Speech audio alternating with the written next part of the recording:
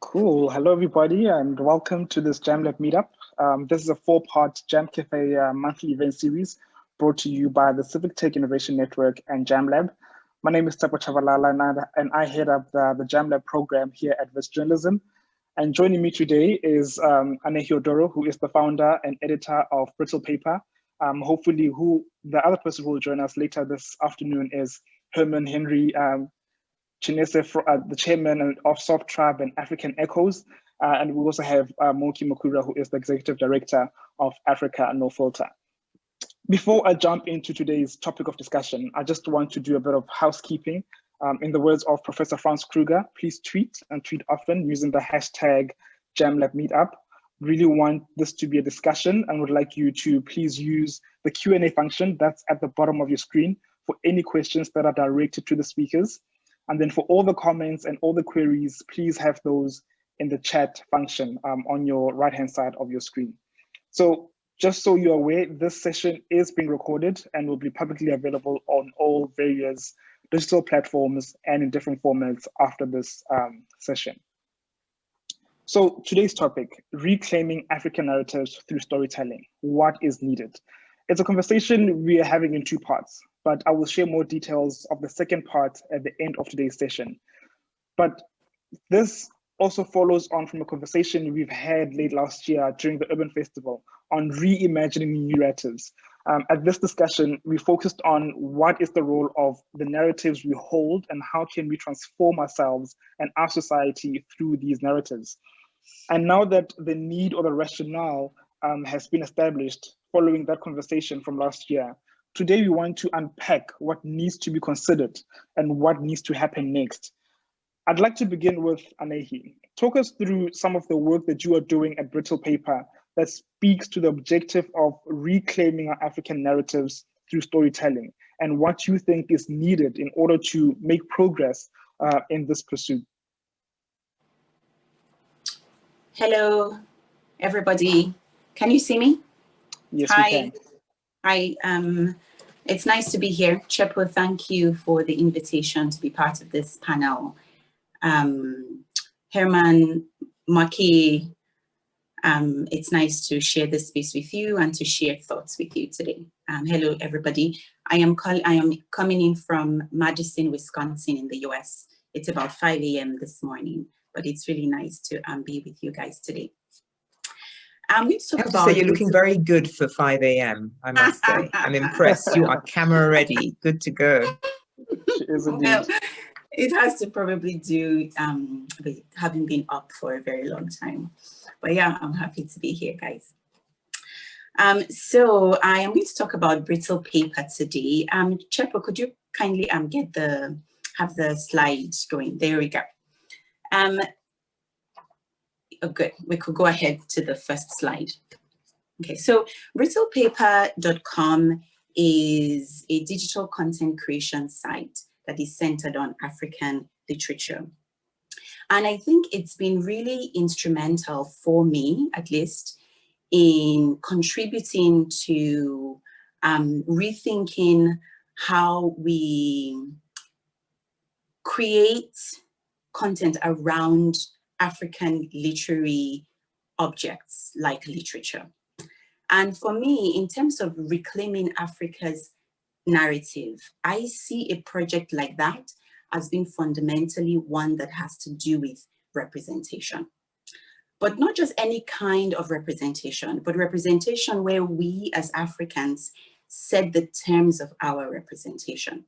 Because historically, Africa has never lacked representation. It's just that we've been represented in ways that were never really our own terms.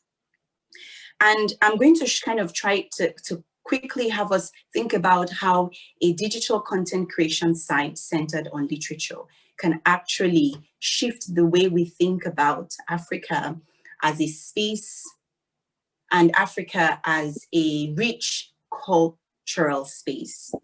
And thirdly, I hope that at some point in the conversation, we can maybe zoom out a little bit more and talk about what the role of literature, what the role of storytelling, what the role of, of a literary archive has to play in this larger cultural project that, you know, we are calling Reclaiming Africa's Narrative. So as I said, Brittle Paper is a digital content creation site, and we mostly curate the African literary scene. Can you go to the next slide? Okay. Our mission statement is focused on thinking about African literature in a very specific way. When we say to cultivate a fun and informative platform for readers who love African literature, the use of words like fun, love, inspire, entertain is very intentional, because we are coming from a space where readers have been led to imagine African literature in a very narrow, reductive sense, as a literature of suffering, a literature that exists to sort of to serve this anthropological role of informing the world about African life, right? So many people would read African literature to see representations of suffering, representations of social ills. But African literature it's so diverse. There are literatures like that, but it's really diverse in terms of form, in terms of genre, in terms of traditions. And we felt that people needed to know that there is so much that is delightful and captivating about the ways African writers tell stories. And so for us, it's important to kind of invite the reader into a feast of storytelling, of narrative, of joy. Let's go to the next slide. So here, I'm going to take you through some of the kinds of contents that we create on Brittle Paper. We typically cover the literary scene by creating news content. So what's happening? Who is publishing what? Who is winning what award? What book is everybody talking about? What festival is taking place? What workshop is taking place? And we do this continent-wide and globally too. So what's happening that is related to African literature on the continent and in the diaspora? And people like this because it gives, if you're somebody who loves African writing, it makes you feel as if you are part of this vibrant cultural space where so much is happening and so much is being produced. Next slide, please. We also do a kind of curatorial work by creating book lists and publishing book reviews that provide readers with guidance on what to read. You know, I always tell myself that a literary tradition, right, is nothing but a list of books. If you don't tell readers how to make connections among these books and lead them to places that satisfy their specific taste as a person. African novels, for instance, have been written for over 100 years now. There is so much that is within that literary archive, but it'll just be sitting there if we don't tell readers where to go, where to look. If you want to read fantasy, if you like science fiction, if you like love stories, if you like, you know, grand family sagas, right? Many readers don't really know where to go. And one of the work that we do is to tell readers how to navigate the archive so that their experience as readers is rich. Next slide, please. We also kind of curate the conversations that take place because for us, African literary culture is a powerful global community. And things come up. People have ideas about all kinds of different things. They want to weigh in on hot button issues. They want to think about controversies, about things that matter to the community. Brittle Paper offers a space where, you know, people can share their ideas about the continent, about storytelling, and about their experiences as readers. Next slide, please.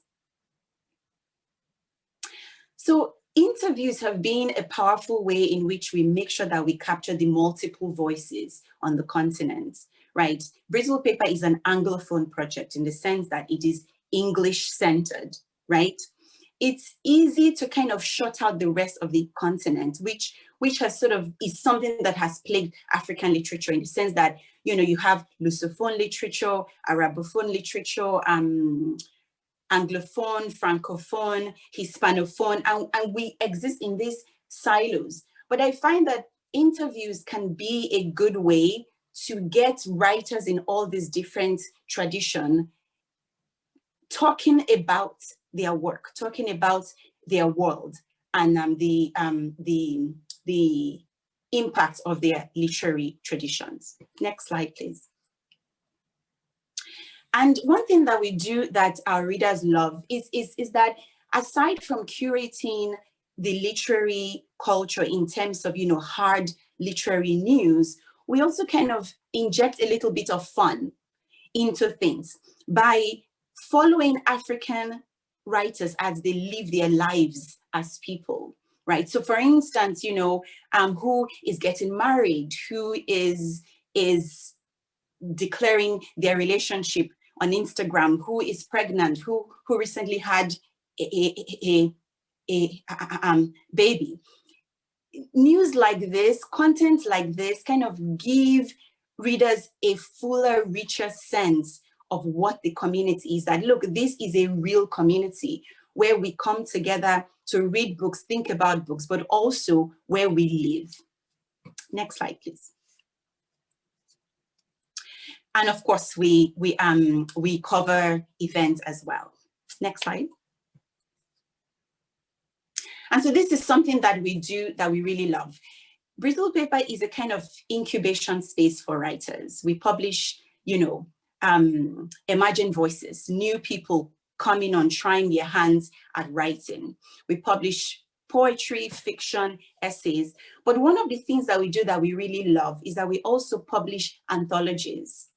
And recently we published the first ever African Futurism anthology, which has been quite critically acclaimed since its publication. This is our way of kind of filling in places where we see gaps, right? Where we want to see a certain kind of narrative that we are not seeing, then we look for money, get writers together and have them write stories inspired by that particular form. Next slide, please.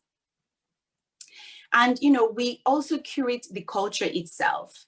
Every year, the community looks forward to 2 lists that we create.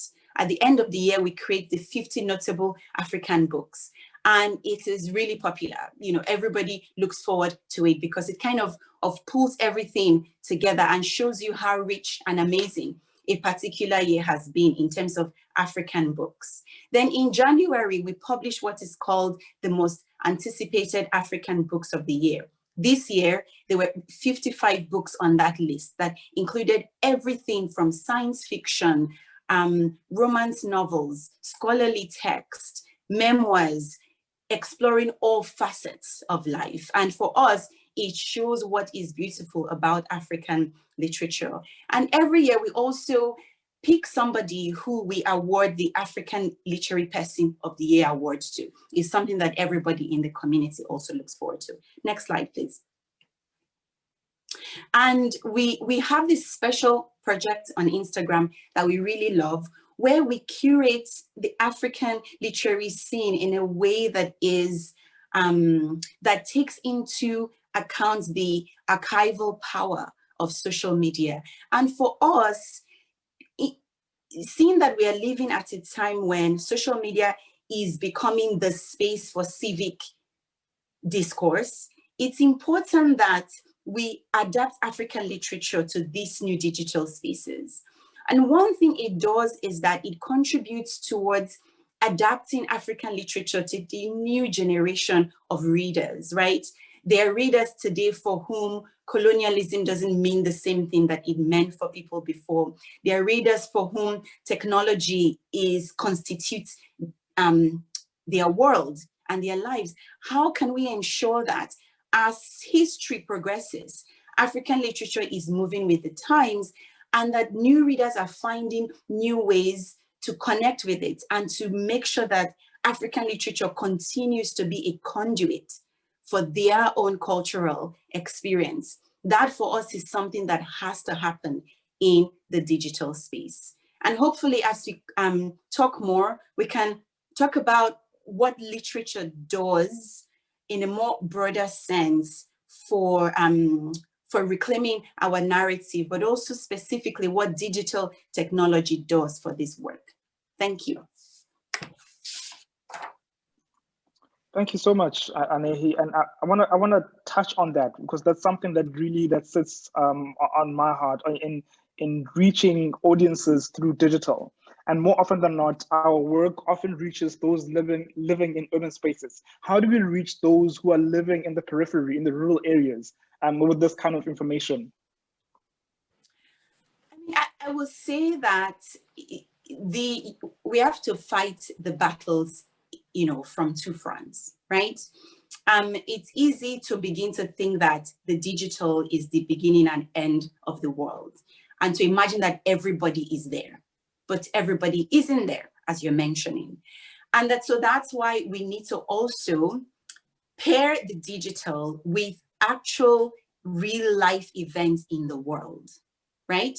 Places where, spaces where we can actually meet together in flesh and blood, and we can do a certain type of cultural work that may not be possible in the digital sphere. So for example, a space like Ake Festival in Nigeria, right? Every time it happens each year, it creates spaces where people from the community can be involved, where school children can be involved, can be a part of the experience, and they can meet writers, culture curators coming from all over the continent and all over the world.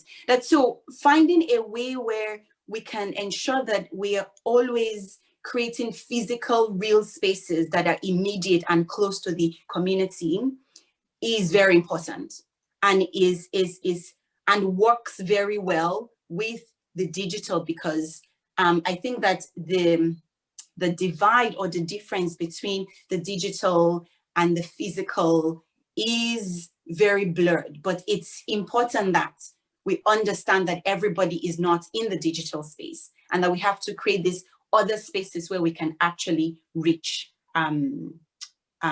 people. Thank you. Before I move on to Herman, I just want to remind everybody that you can ask questions, interact with our speakers using the Q&A function at the bottom of your screen. But Anehi, just one last question before we move on to Herman. And Herman, if you could switch on your camera and turn on your microphone in the meantime. I've got a question for you, Anehi. As much as we see the need to celebrate our giants, how do you feel about the state of open democratic spaces for young and fresh voices to be heard, the nobodies who also have stories to tell? Because what Anonymous sees is that on Bristol Paper, they see the big names. Where are the unknown names, and how do we promote those names and their stories? So you make a very good point about the overwhelming focus we have on writers who are successful. And for me, this is important as we think about the future, right? Because our successful writers are already successful. But if you think about it, they are really honestly just a handful of writers, of African writers making global success, right? You can count them in your two hands. For a continent of over 1 billion people, it is a problem that our literary space is represented by such a small community of creatives, right? My sense is that there has to be more done to create opportunities for new voices. The barrier of entry into literature it's tough. It's really, really tough. And training especially is very expensive, right? An average class for creative writing in the US, we are talking $400. That is prohibitively expensive for a kid in Kigali, you know, who is 19 years old. She loves to write, she would like to write, but she literally does not have access to affordable training. And so you have a situation where there are lots of people writing. I know this because every month we receive about 300 submissions to Bristol Paper. They are all really bad, right? And it's not because we are trying to be gatekeepers, is that it's not good writing, but you can see the earnestness, you can see the passion that these very young writers have. So I'm thinking, in thinking about the future, we have to begin to build capacity.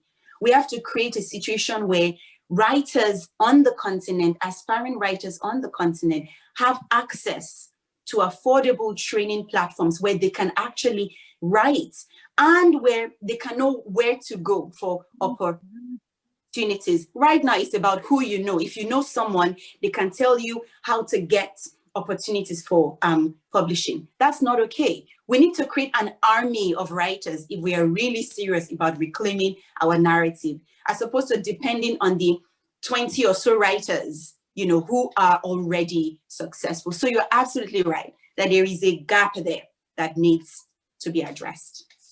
Thank you so much, Anahi. We'll come back to you. I want to quickly move to Herman. Herman, who is the founder and chairman of Soft Tribe and also founder of African Echoes. Can you talk to us a bit about that work and how you are hoping that a platform like African Echoes is a place that can reclaim our African narratives through the stories that will be uploaded or told through African Echoes? Okay, sorry. What my sister was saying a second ago, she's completely right. There seems to be the big challenge in normal, regular people getting access to the world and getting their writing to go, getting their stories to hit the world. This is what we intend to tackle. But our approach is different. We say we know of the existence of many, many good writers across the continent. Now, these people are just writers. They know how to write well. So we've kind of assembly lined it like they did with Motown Records. So there are people who have good stories. There are people who can do translations. There are people who can write. We are setting up a platform which will allow them to work independently, but to deliver the product. So we're assembly lining it.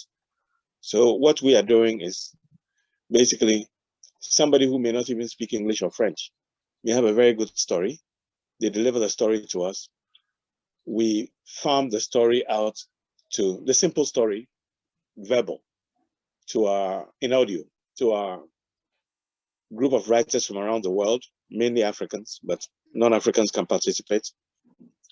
And then they write the story, and then we hand it to the translators, they translate, and we hand it to the readers, they read. And then we launch it on our app, and everybody gets to hear the story and pay for it. So we are looking at fast and furious. We have people around the world who can write. We don't need, one person can write six books every month. It's not a big deal. So this is the approach we are taking. And then we also have the ability, because of the mobile phone proliferation, to hit the rural areas and to hit them in local language. So we don't only have the chinery-hesse who are basically given a break by the big institutions, the big publishing houses. We will be a publishing house. We are an audio publishing house in Africa. We are the gatekeepers. We can now allow stories that traditional publishing houses would not have allowed. We'll allow them to come through. And since we're going to work fast and furious, I believe there are things that are interesting, that people will buy, that people are interested in, that given the rigid structure that has existed before, we didn't even know people liked that kind of thing. You may not know that a village story from Sierra Leone would be considered to be very, very interesting, very sexy, and very exciting by people in China, in southern China. We would never know that. Given what the approach we have taken at African Echoes, we think we're going to discover lots of nooks and crannies and interesting areas where we didn't know. The traditional structure just didn't permit enough people to come through the eye of the needle for us to experiment, to understand what it is exactly Ethiopians like about Nigerian literature, what it is exactly African Americans like about Kenyan literature. So this is our approach, and we are able to, we believe we'll be able to achieve the last mile into the village in local language, because we're working on the mobile phone. If they can use WhatsApp, they can use our system. So we want to democratize the space. This is what we are doing. My background is technology. I'm not a literature person. I'm not a writer. But I'm basically creating a platform that will enable the writers who know better than me to be able to launch fast and furious and easily and regularly in audio. Everybody understands audio. Illiterates will suddenly become authors, because someone else will do the writing, someone else will do the translation, someone else will do the reading, but their story still holds and everybody makes money. This is our approach. Herman, I hear what you're saying, and thank you for that. Data is a big issue on the continent. And when we want to reach those remote areas, how do we reach them when we struggle with data and the cost of data? How do you plan to do that through African Echoes? We've already tackled that. Basically, the agents who sell in the villages, they will get it from the city on data. When they get to the village, it's a phone-to-phone transfer, so there's no data. So we expect, and by the way, our books are on the phone. You're not reading online. It's a download, like a WhatsApp picture, if you see what I mean, a small short WhatsApp video. That's the kind of format. So somebody who is an agent who will come to the city, download it. When he gets to the village, he knows what to do. Phone to phone, he'll transfer to everybody. And our systems still work offline. This is our background. I mean, my company, Soft Tribe in Ghana, is notorious for building things that work in Africa. We came up with a concept called tropical tolerance, where we consider the power requirements, financial capabilities of the people, and so on. We made our name doing this. So we kind of know how to operate in the village with very rudimentary situations where we're Africans. We're not coming into Africa with some highfalutin solutions, very crude, but it works. Thank you so much, Herman. I want to quickly move over to Moki in the interest of time. And before we get into a discussion and go to the rest of your questions, Moki, what are you guys doing at Africa No Filter, and what do you think is needed in order to make this progress in reclaiming our narratives through storytelling? Thank you, Seppo, and hi, Herman. Good to see you, and I know, well done. Africa No Filter we're a relatively new organization. We were set up really to do exactly this. It's about we are there to try and shift harmful stereotypical narratives, not just about Africa, but within Africa. Because believe me, what a Kenyan knows about a Nigerian, knows about a Malian or a Zambian is very little. So that's what we're set up to do. And just very quickly, there are 3 ways we do that, or 4 ways we do that. One is that we're really focused on research. Because when you start talking about narrative and storytelling, it could get very nebulous. It's creative, it's soft. So we've tried to bring academic rigor to it. So we're doing research, and I'll refer to some of the research we've done, because it's really to us about unpacking what current prevailing narratives are, which we actually have identified what they are, and then also trying to see what is the impact, because narrative matters. There is an impact to narrative. So the research is helping us unpack that. The second thing we do is that Africa No Filter is trying to support the community of people working in this space. In fact, Brittle Paper is going to be a grantee of ours, and I'll talk more about our grant making, but there are people who are working to shift narratives. There are people who are already in this space. We've come in because, and I have to say, I'm very grateful that we've got quite good funding to do this kind of work. So it's about trying to connect the network of people, and also just try and figure out how to strengthen them. So it's not just a couple of individuals, not one Brittle Paper and then one Africa No Filter.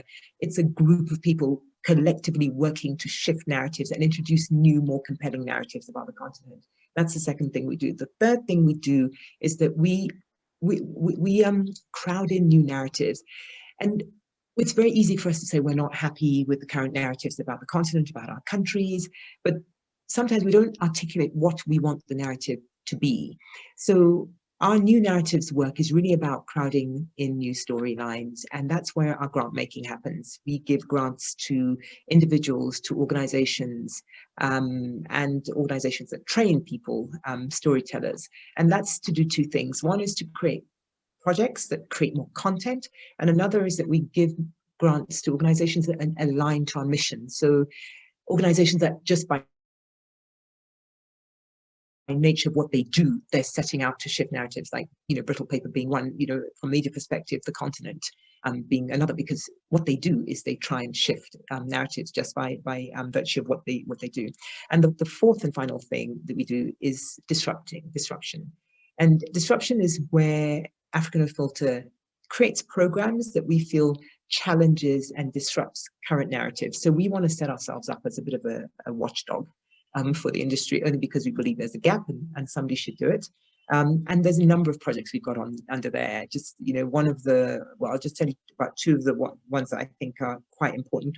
One is a story agency, and this came as a result of some research we did into how African media covers Africa. So I think there's always been this finger pointing that it's always foreign media that's depicting Africa in a particular way.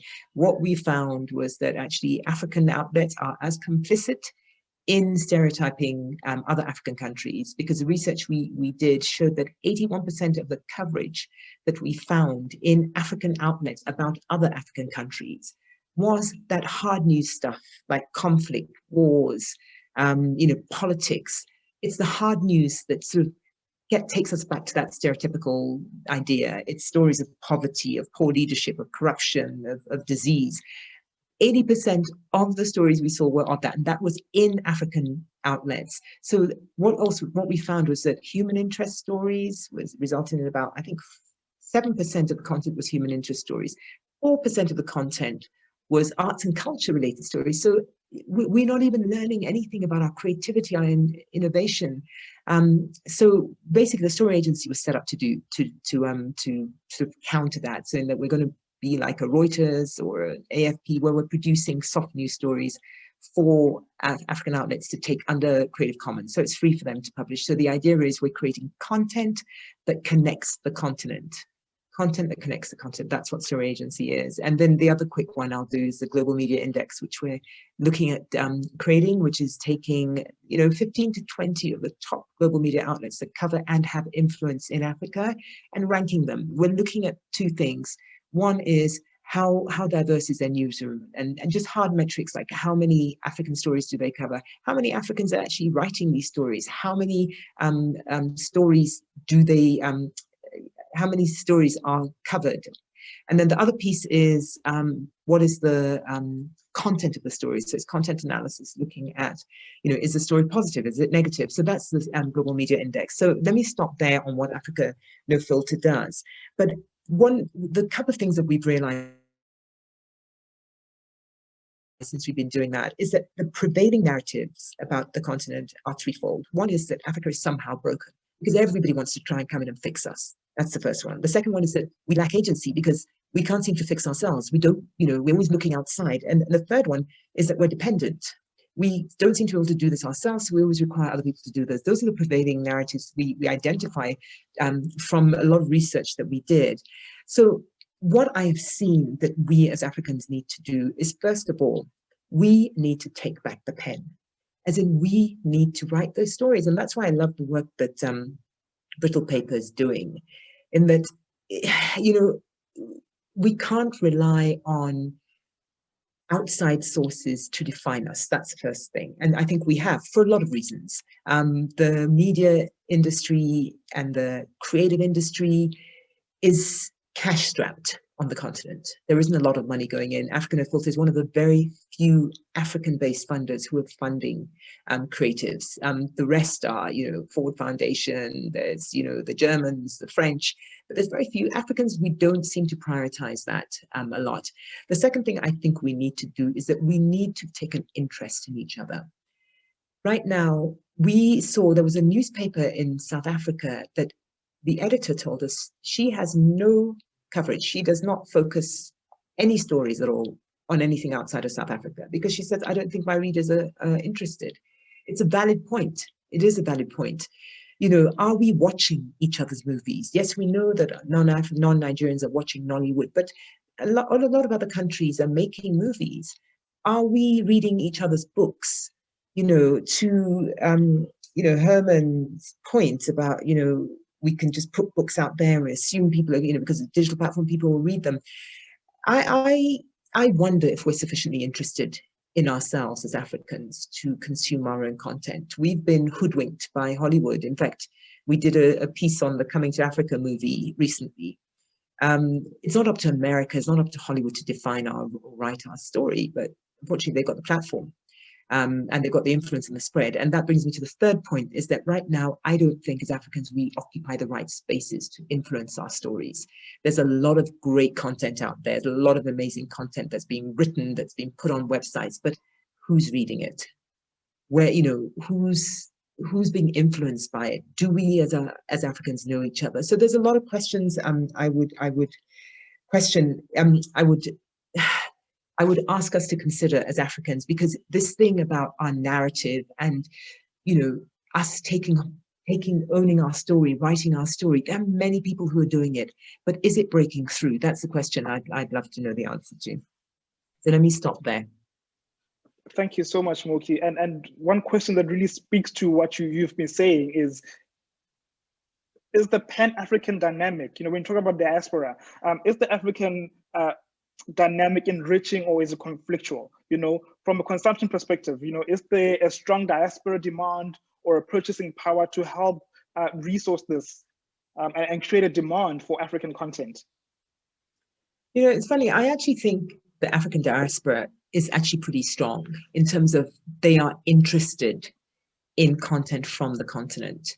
I think where the weak point is that I don't know that a Nigerian is that interested in content coming out of Egypt or Mali or Sudan or, I came across this guy, in fact, I don't know, other people might know him, who has read a book from every country on the continent. How many other Africans have done that? When I stop and I think about the sort of literary giants, probably mainly Nigerians, maybe a couple of Kenyans. When I look at where our grant applications come from, Kenya, Nigeria, South Africa, there's a handful of countries that dominate and then the rest is silent. And what I realized when we did our webinar, we did a webinar on this, how Africa covers the continent, and well over half the people, well, maybe that's not true, but the majority of the people who dialed into this webinar on how African media covers Africa were from the US and the UK. The third country was South Africa. So I'm assuming that those people were Africans who were interested in there. So I think the diaspora play a really big role. And what we say is that the work we do is for Africans wherever they are. If you identify African, doesn't matter where you're sitting, then the work we're doing to shift narratives is applicable to you. Absolutely, thank you. Anehi, I want to bring you in as well and want to understand over the years, who is your audience? What have you learned about your audience? Who are they? I mean, my audience is split actually between the continent and the diaspora. I think, as Moki is noting, the diaspora is a powerful space, and in literature, we have a situation where it's easy for the diaspora to overwhelm the global African literary space. So for us, it's easy to get the diaspora to care. It's easy to get them to be involved. what we kind of work harder to is to make sure that we are reaching readers on the continent. And over the years, we've been able to do that. Our readers tend to be based mainly in Nigeria, in South Africa, in Kenya, the usual suspects, you know? Those are the 3 countries that come up a lot when you talk about these kinds of cultural spaces. But we also notice that we have the attention of very young writers, right? And if we go by where we receive submission from, if we go by the kinds of people who engage with us on social media, it cuts across a large swath of the continent. And these are very young writers. These are people who are really young and for whom literature is something that they're kind of getting into and that they see as something that they want to be a part of. But when we started out, our readers were based in the US and the UK. And over the years now, it's become the other way around. You know, we have more continent-based readers and critics and writers who are part of our audience. And how do we plan, you know, to your point that you and Moki are making, and I want to bring in Herman as well after you, is how do we plan to bring in all these other countries on the continent that are not showing up to the table when we talk about audiences and when we bring up these conversations, they're not there. How do we include them or bring them in to these conversations? I think Sorry, can I just answer that? Because I want to be clear that if we're talking about Pan-African, like Bristol Paper is a Pan-African, it's a global thing, but don't forget there's a lot of activity going on within countries. So just because they're not showing up and applying to our grants doesn't mean there isn't literary stuff happening in those countries. So I just want to put that clear. Right. I mean, I think that there's a lot happening in these spaces, right? The key is making sure that they get the visibility that they need.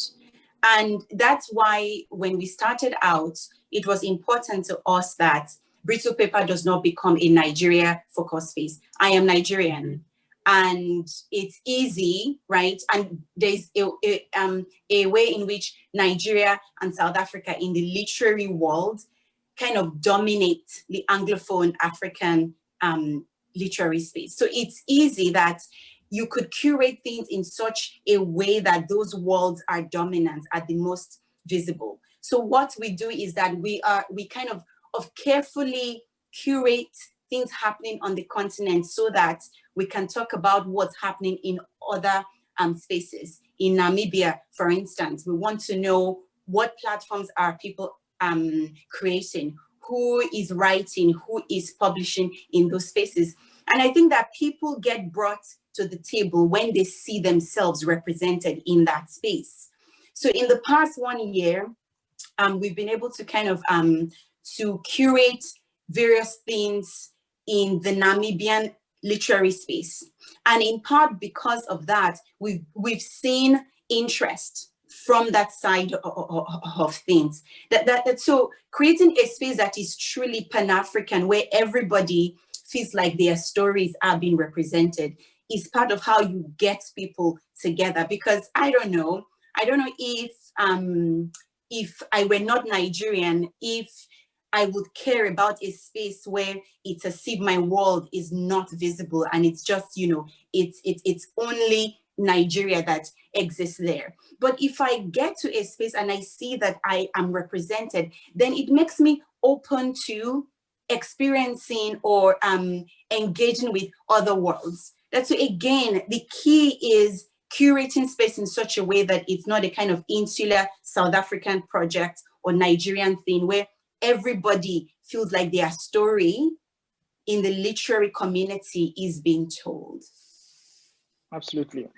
Thank you for that, Anehi. And I want to come to the questions from the audience. And Herman, this is for you. Do you have any concerns or mitigations for quality control on African echoes, or is that not an issue? Yes, I actually do. It's an issue. We have an executive editorial board that has to clear everything that comes onto our platform. Even before it's selected, even before it's explored, even before it's written and translated and published and read and all that, it has to pass a bunch of tests. However, those tests that it has to pass, those tests, the gatekeepers are Africans from all over the world. African Americans, European Africans, and Africans on the continent.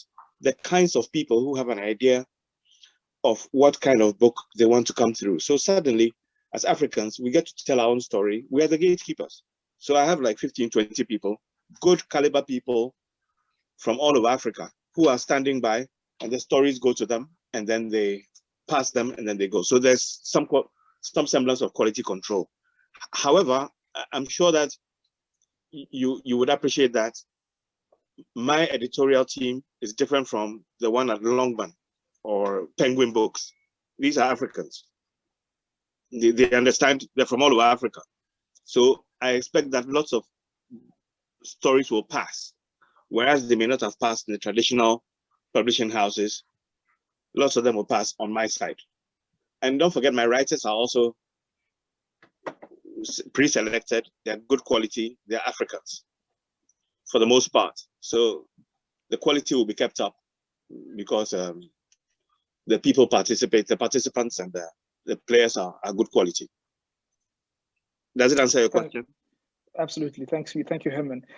Moki, this is a question for you, and you kind of touched on when you spoke about the story agency that you are doing. You know, Opayemi asks, a lot of the time we promote, we see that stories or written stories are promoted through film and TV, and we rarely see African stories, written stories that are promoted through film. When do we get to see, or when do we get to a point where we bridge the gap on our stories with movies that we watch from Africa? I'm sorry, I'm not clear what's the question? What was the question? So I'm trying to find it. Is it asking about whether or not the written word books are as important as movies? What's the question? And the question is, when do we get to a point that we bridge the gap on our stories with the movies that we watch in Africa? Okay, still not quite clear what the question is, but if it's asking that when do we sort of, do, as in when novels sort of, for example, if a novel is written, and often more often than not, you'll see a film depiction of that novel. So when do we get to that point in Africa that we see these novels depicted in film or TV? Right. To promote sort of that story. Sorry, continue. Well, okay, my approach to this is that the way we consume content has changed, right? So I think it's admirable what Brittle Paper is trying to do, and it's bringing the written word. But when I look at young people and I look at the platforms people consume, Instagram, it's the fastest growing one on the continent because people are visual now. Reading takes time, so films are just easier. And we've always said that oral tradition in Africa, which is why I think Herman's idea of doing audio books is writing books, reading a dying art. I don't know, I'm not that generation, but I do find that young people are not reading as much as they did. Does that mean they're not consuming as much? I don't know. And I think somebody needs to kind of actually look at that. I do think that films, they're much more engaging, it's using more senses, and actually requires less thought, because books trigger creativity. They make you kind of imagine what the scenario is. So my point is that yes, we can push books, or we can say this is what the trend is and go, as long as they're consuming content, because the purpose is not to push a particular format, it's to get the content out there. So we in African Filter, we're promoting and supporting podcasts, we're doing grant making there. We're across the board. In fact, we've got different categories of artists and storytellers that we support, but it's not any one platform. I don't know if I answered the question, but you did. Can I add sure. something to what Moki is saying? I mean, I think that there's a difference between books and writing, right? And what we are seeing in digital culture is, yes, a shift away from books as the primary kind of mode of engaging with text, right? But digital culture is actually very heavy on writing, right? We do a ton of writing, and this is where what counts as writing is shifting, right? That so even though, yes, I'm not married to the book as a technology of information, right? The book can disappear as far as I am concerned. It's not as if ideas will die if books die, right? Books is just one technology of information. But writing as a particular mode of thought, right, is something that is actually gaining a ton of traction in digital culture. And that so the work of nurturing writing, the work of finding ways to circulate writing, to write in ways that are interesting and fascinating, is one that we are just starting, and that it's actually going to become more important as time goes. But of course, as Moki was suggesting, it requires kind of thinking outside the box, right, about what shapes our narratives can take, what mediums they can come in, how we can rethink what storytelling, what writing itself is, and how we can do this by, through a creative engagement with digital culture. But writing as a particular way of configuring, thinking, creating knowledge, I think is here to stay. Thanks for that. And really a follow-up to that is I'm going to put 3 questions into one. And the question is, how do we ensure visibility and representation of other African identities than the ones that we usually do? What type of the stories do we want to see portrayed, and why? For both you, Moki, and Anehi. Let's start with Moki. No, Anehi, you go ahead. What's the question? So how do we ensure visibility and representation for other African identities than the ones that we usually see? And how do we want African stories to be portrayed, and why? How we want African stories to be portrayed we want them to be portrayed as stories, and I'm speaking here as, from the point of view of a literary scholar, right? That traditionally, the way we've thought about African stories has not always been one that takes into account the richness and diversity of the archive, right? And that, so I think of this cute little essay Achebe wrote in the 60s titled "The Novelist as Teacher," where Achebe imagined the African novelist as somebody who creates works that actually teach the reader, right? Those ways of thinking about what African stories are, I think, are problematic in the ways that they reduce what literature is, to the capacity to inform, to instruct, to teach. But I think that what stories do is so much more than that, right? Stories captivate us. Stories shape the way we think, not by teaching us, but by moving us to imagine in ways that we typically wouldn't have. Stories do that by kind of giving flesh to worlds that we imagine at the level of theory. They make things less abstract for us. And most importantly, they connect with us emotionally at a very deep level, right? So really, stories are powerful because they captivate us. And it's important for readers to realize that African stories have always done that for centuries, right? We tell stories to entertain, to move people, right? And that hasn't changed. And digital technology is also expanding the ways in which we're able to tell stories, right? We are seeing the ways that African literature is now beginning to explore various aspects of African experience. And can I just stop you there? We've almost running out of time, and I want to quickly close the conversation.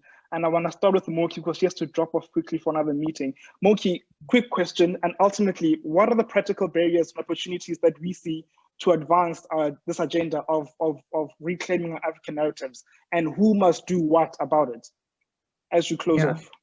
Yeah, I mean, I just a quick answer to, I don't think there are any barriers. I really think just, we need to continue to do what we're doing as Africans. And we need to also be able to put our hand up when we see representations that we don't agree with, but we have to make sure we're putting out the stories and we are consuming our own content. With as many Africans as there are on the continent, plus the ones in diaspora, if we start consuming our own content, we will be shifting narratives. Thank you so much, Moki. Anehi, what is your answer to that? What are the practical barriers and opportunities that we need to see to advance this agenda? And what must we do about it? We should, yes, I think, the idea of consuming our own content is key. And for us, that content will be our literature, right? And to figure out ways to make it not prohibitive for people to actually have access to this content. So what Herman is doing is very important, making stories affordable for people. Things like that make it easier for Africans to consume to read stories by Africans, to me, is very key. Herman, I want to come to you as we close. Who must do what about it in terms of reclaiming these African narratives through storytelling? Okay, my attitude is that we don't have enough data. I'm going to attempt to throw thousands of stories out there, and then we'll get a clearer picture of what Zimbabweans like, what Sierra Leoneans like, and then on the basis of that we can go forward. But it requires a technology that is cheap enough and prolific enough for us to throw a lot out to get a feel. And then because the phones are out there, we're cool. And because like 50% of our people at least are illiterate, can't read. So all the reading stuff is only attracting half our 1-point-something billion people. I'm actually attempting to go in local language to the village. So we will understand what the villagers like and what they don't like. And on the basis of that, we'll be able to understand what we're doing.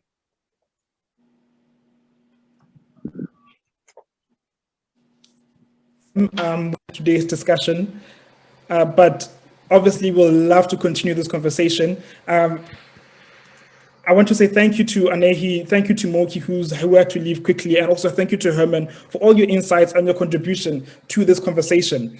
And without taking too much of your time, ladies and gentlemen, before we go our separate ways, I'd like to bring your attention to the second part of this conversation on reclaiming African narratives through storytelling that will take place on April 22nd. And that is simply called Making It Happen. We want to speak to more of the doers of what are they doing in this space and their learnings on bringing others into this market, interrogating their models and innovations. We've shared the registration link for this session with you in the chat. Please do join us again to continue this conversation. But let's not limit that conversation to just these meetups. Please feel free to reach out to chat to us, email us if you have any ideas on how we can collaborate and drive actual impact through our different platforms and various other channels. The details are on your screen and on how you can reach us. Thank you once again to our panelists. Thank you again for joining us and asking all those pertinent questions. And we hope to see you at the next JAM Lab meetup.